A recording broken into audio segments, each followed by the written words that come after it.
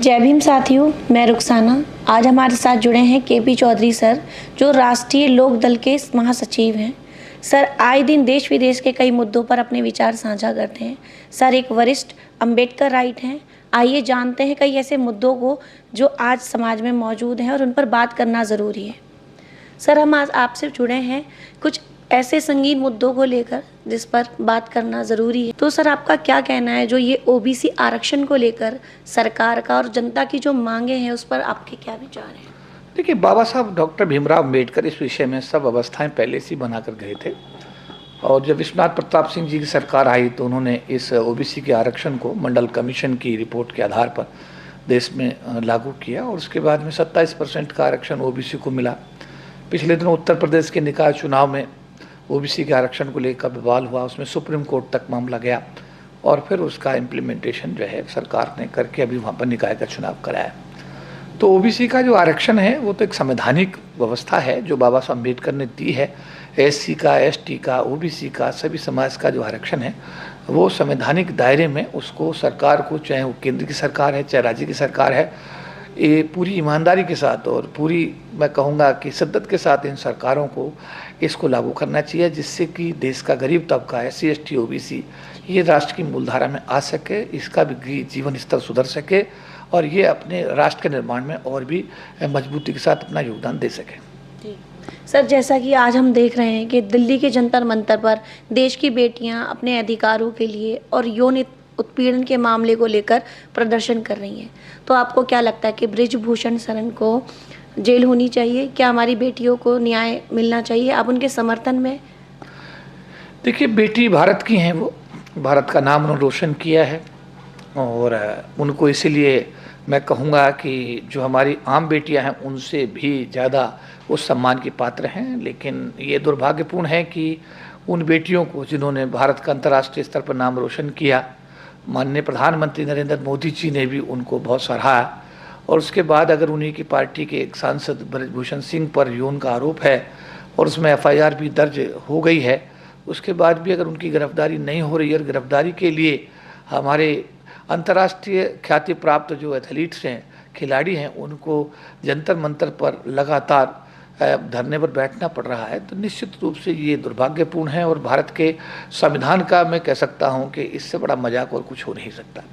मैं तो कहूँगा सरकार से कि जांच पूरी करें, दोषी व्यक्ति जो भी है उसके खिलाफ कार्रवाई करें और जिन बच्चियों के साथ में ये उनका जो आरोप है लड़कियों का, बच्चियों का कि हमारे साथ में यौन शोषण हुआ है, हमारे साथ में नाइंसाफ़ी हुई है, तो उस पर मतलब पूरी जांच करने के बाद में दोषी व्यक्ति के खिलाफ त्वरित कार्रवाई करके भारत के संविधान के जो भी प्रावधान हैं उनको लागू किया जाए और उनके तहत दोषी व्यक्ति को सजा दी जाए। जी सर, जैसे कि दिल्ली सहित यूपी, राजस्थान, मध्य प्रदेश में आए दिन यौन उत्पीड़न के मामले बढ़ रहे हैं और ऐसे मामले सामने आ रहे हैं जिनको सुनकर दिल दहल जाता है। आपका क्या कहना है कि देश की बेटियों की सुरक्षा के लिए न्याय व्यवस्था को कुछ और कानून पारित करने चाहिए? देखिए, मैं ये कहूँगा कि जो मौजूदा कानून है जी वो भी अपने आप में काफ़ी सक्षम है जी। आवश्यकता है कि राज्य सरकारों की और केंद्र सरकार की इच्छा शक्ति की, जैसे एससी एसटी के लिए दुनिया भर के कानून हैं।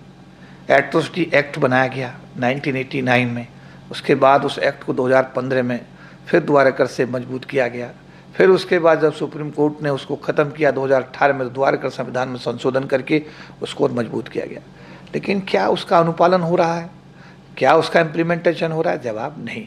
एससी एसटी के, ओबीसी के लिए दुनिया भर की योजनाएं हैं, क्या उन योजनाओं का पालन हो रहा है? नहीं। पहले एक प्रावधान बाबा साहब अम्बेडकर कहेंगे कि भारत के संविधान में आबादी के हिसाब से जब वित्त मंत्री भारत का बजट तैयार करेंगे तो उसमें एससी एसटी की आबादी, ओबीसी की आबादी के हिसाब से इस समाज के डेवलपमेंट के लिए बजट आवंटित करने का प्रावधान बाबा साहब अम्बेडकर बनाकर गए थे। इसी के तहत एससी प्लान, ट्राइब सब प्लान की व्यवस्था की गई थी। लेकिन दुर्भाग्य है कि बजट एलोकेशन के बाद भी एससी एसटी के लिए जो बजट का एलोकेशन वित्त मंत्री के द्वारा बजट में किया गया, उसका भी पैसा एससी एसटी समाज के डेवलपमेंट पे खर्च नहीं किया गया। तो जो अभी आपने कहा है कि कानून तो अपने आप में काफ़ी हैं, लेकिन कानून लागू करने वाले जो लोग हैं, जो उनकी इच्छा शक्ति है या उनकी जो अप्रोच है, वो अप्रोच जो है वो एट पार नहीं है। वो भारत के संविधान की जो मर्यादा हैं उनको, उनकी प्रतिपूर्ति नहीं करती है। ऐसी सिचुएशन में चाहे बेटी का मामला आए, महिला उत्पीड़न का मामला आए, बलात्कार का मामला आए, SC ST समाज के साथ अत्याचार का मामला आए, SC ST समाज की ज़मीनों को हड़प कर लिया जाए, सरकार की नौकरी में लाए उनको चार्जशीट दे दी जाए, उनको टर्मिनेट कर दिया जाए, तो अत्याचार की इस देश में किसी प्रकार की कोई सीमा नहीं है। और अत्याचार करने वाला अत्याचार अपनी पूरी मजबूती के साथ करता जा रहा है, और जो अत्याचार सहने वाले लोग हैं वो इतने बेबस हैं कि मैं तो कहूँगा कि SC ST OBC के लोगों को अब इकट्ठा होने का समय आ गया है। आप लोग, अगर अखिलेश यादव जी उत्तर प्रदेश के मुख्यमंत्री रहे और जब उन्होंने उत्तर प्रदेश के मुख्यमंत्री का निवास खाली किया तो नए मुख्यमंत्री जो आए योगी आदित्यनाथ जी, उन्होंने उसको गंगा जल से या अन्य चीज़ों से धुलवाया। तो इसका मतलब ये हुआ कि उनको भी आभास हुआ कि शायद मैं भी, भाई मैं तो अपने आप को हिंदू मानता था, लेकिन अगर ये मेरे साथ भी हुआ तो इसका मतलब मैं भी OBC हूँ, शायद इसलिए किया गया। तो ऐसा है कि इस देश की जो जातिगत व्यवस्था है उसका जो रोड मैप है इतना ज़बरदस्त तरीके से तैयार किया गया है कि उसमें SC हो, ST हो, इवन मैं कहूँगा OBC भी अब उस दायरे में आ गया है, क्योंकि वो भी महसूस करने लगे हैं उनके IAS कितने हैं, IPS कितने हैं, उनके समझ बात आप रिप्रेजेंटेशन कितना है, उनके उद्योगपति कितने हैं, देश के संसाधनों पे OBC का, SC ST का कितना हिस्सेदारी भागीदारी है। ये सब सवाल आज भारत की जो SC ST OBC समाज है उसमें चर्चा का विषय है।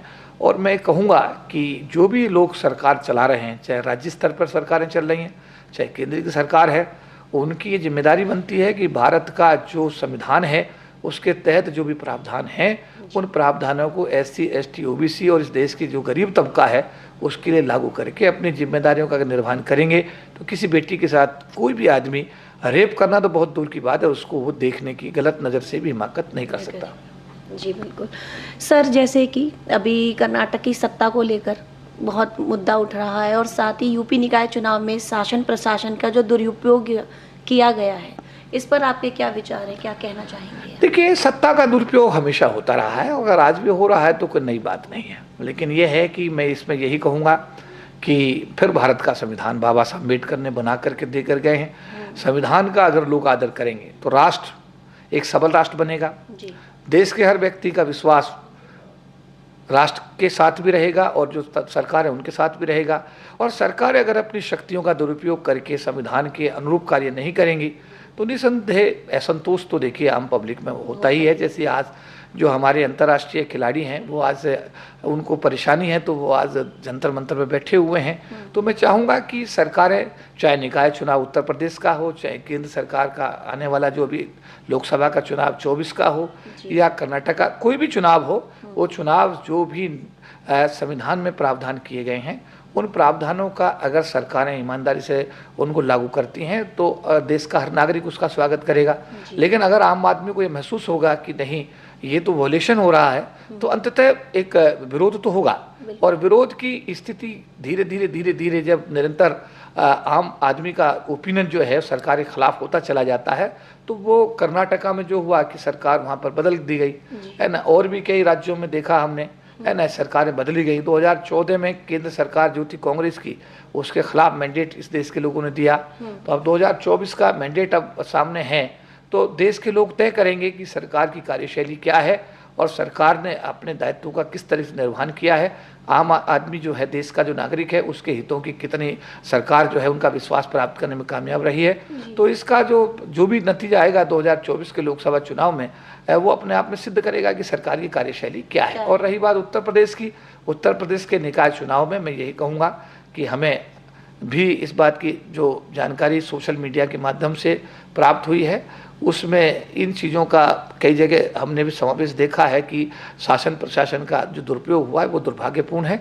और ये अगर नहीं होता तो मुझे लगता है कि चुनाव के प्रति लोगों की विश्वसनीयता और बढ़ती, सरकार के प्रति विश्वसनीयता और बढ़ती।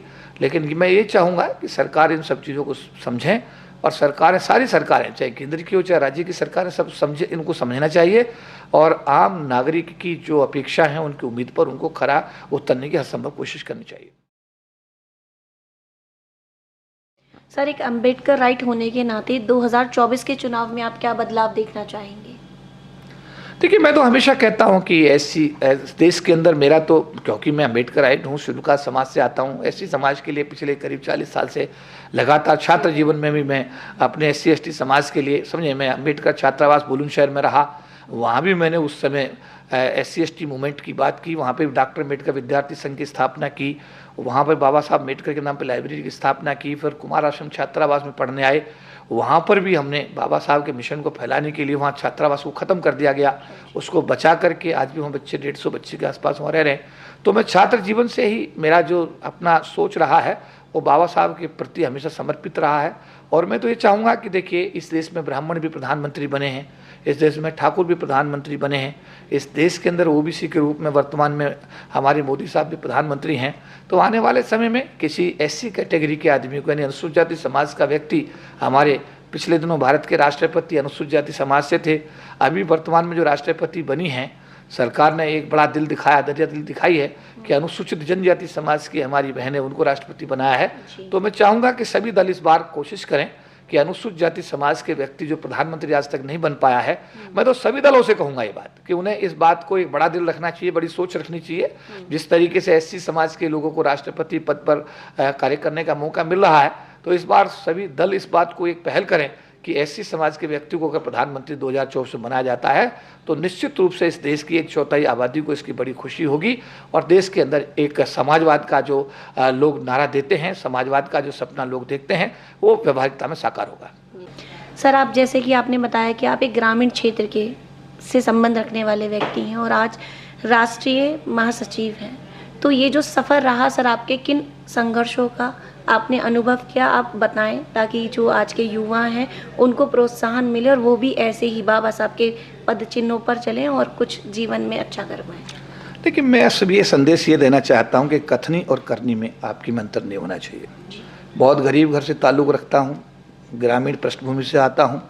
उत्तर प्रदेश के बुलंदशहर जिले का एक छोटा सा गांव है बैरा फिरोजपुर, उसमें प्राइमरी शिक्षा वहाँ से ली, पब्लिक इंटर कॉलेज शाना से 12वीं पास किया, IP कॉलेज बुलंदशहर से BSc पास किया, मेरठ कॉलेज से पोस्ट ग्रेजुएशन, मेरठ से पोस्ट ग्रेजुएशन, मेरठ विश्वविद्यालय से पोस्ट ग्रेजुएशन किया। उसके बाद में सरकार की नौकरी में आए, सरकारी की नौकरी में आकर के SC ST मूवमेंट की जो बात जो भी आपने कही, उसमें life insurance corporation of India में नौकरी करने का अवसर मिला। यहाँ के संगठन का राष्ट्रीय महासचिव बनकर यहाँ के जो 31,000 कर्मचारी अधिकारी थे, उनके हितों को साधने की सफलतम कोशिश की। अनुसूचित जाति जनजाति संगठनों का अखिल भारतीय महासंघ का गठन 97 में उस समय हुआ जब भारत के सुप्रीम कोर्ट ने SC ST के आरक्षण को समाप्त कर दिया था और DOPT ने आरक्षण को ख़त्म करने के ऑर्डर इशू कर दिए थे। उनको लेकर के संगठन बना, उसमें राष्ट्रीय महासचिव की जिम्मेदारी मुझे मिली और मेरे नेतृत्व में संविधान में 3 संशोधन 81, 82 और 85 कराने में हम लोग कामयाब रहे। जेल भी गए, सस्पेंड भी रहे, दिल्ली की अदालतों में मुकदमे भी हम पर लगे। तो बहुत बड़ा आंदोलन जो है, उसमें क्या है कि ITO चौक पर जो है पुलिस और हमारे कार्यकर्ताओं के बीच में मुठभेड़ भी हुआ, 25 लोग उनके घायल हुए, हमारे घायल हुए। वो मुकदमे दिल्ली की अदालतों में काफ़ी लंबे समय तक चले। दिल्ली के रामलीला मैदान में लाखों लोगों की रैलियाँ कई बार की, 3 दिन तक पार्लियामेंट को बंद कराया गया सांसदों की मदद से। तब जाकर के अटल बिहारी वाजपेयी साहब की सरकार ने संविधान में 3 संशोधन करके SC ST के आरक्षण को जो है बचवाने में हम लोग सब कामयाब रहे। हम लोग UNO तक में हम बाबा साहब अम्बेडकर के मिशन को फैलाने के लिए 2 बार यूनाइटेड नेशंस में न्यूयॉर्क में जाने का अवसर मिला, वहाँ बाबा साहब के मिशन की बात हुई। एक बार ब्रिटिश पार्लियामेंट में जाने का अवसर मिला, वहाँ पर बाबा साहब के मिशन की बात हुई। एक बार कनाडा पार्लियामेंट में जाने का मौका मिला। अनेकों बार तालकोटरा स्टेडियम में हज़ारों लोगों को यहाँ पर लोगों को बुला करके अंतर्राष्ट्रीय दलित सम्मेलन करके समाज को जागृत करने का काम हुआ, सरकार पर दबाव बनाने का काम हुआ।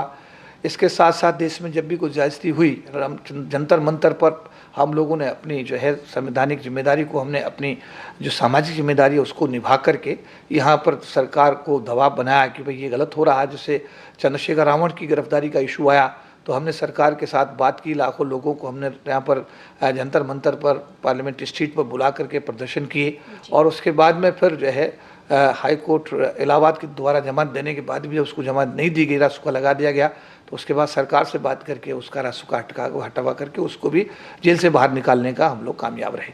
तो बहुत सारी चीज़ें हैं। जैसे देश का सबसे गरीब तबका है पार्ट टाइम स्वीपर, उसमें जो फाइनेंशियल सेक्टर है, सरकारी बैंक जितने भी हैं, LIC GIC में 1.5 लाख लोगों को हम फुल टाइम करा के कि उनको आज बाबू बनाने में हमने कामयाब हुए।